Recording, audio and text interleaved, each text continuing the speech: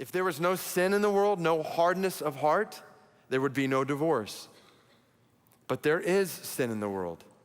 In fact, marriage is a uniting together of two sinners. People wonder, why do so many marriages struggle?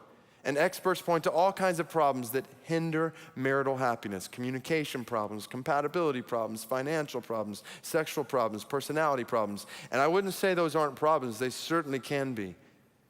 But I would submit, and I really don't mean to be overly simplistic here, but I believe the major problem in every marriage, according to Scripture, is clear. The major problem in every marriage is sin. The big problem in marriage is that every husband and wife in this room, at other campuses, is a sinner. And that seems basic, but I think we overlook it. I mean, how many wedding vows start with, look into your wife or husband's eyes and repeat after me, I am a major sinner, and you are stuck with me for life. Everybody's in tears. But it's true. I hate to break it to you, but according to the Bible, marriage is the uniting of two people whom Romans 3 says have throats that are open graves, tongues that practice deceit, the poison of vipers is on their lips, their mouths are full of cursing and bitterness, their feet are swift to shed blood, ruin and misery mark their ways, and the way of peace they do not know. Like, those lyrics don't make for a great wedding song.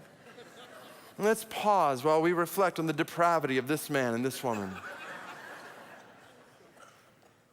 And we joke, but here's why this is so important.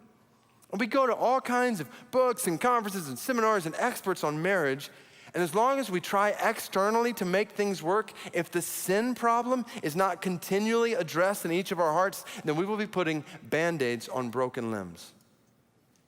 We need to see the problems in marriage for what they are, a war that is going on in each one of our hearts.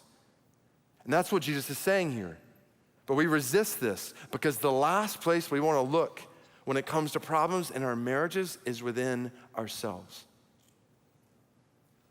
Jesus says it's sin, it's hardness of heart that ultimately leads to divorce.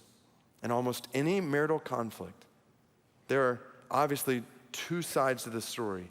And while there are situations, many of them, where clearly more fault lies in one side than another, the fact still remains, both are sinners, and any divorce is a result of sin.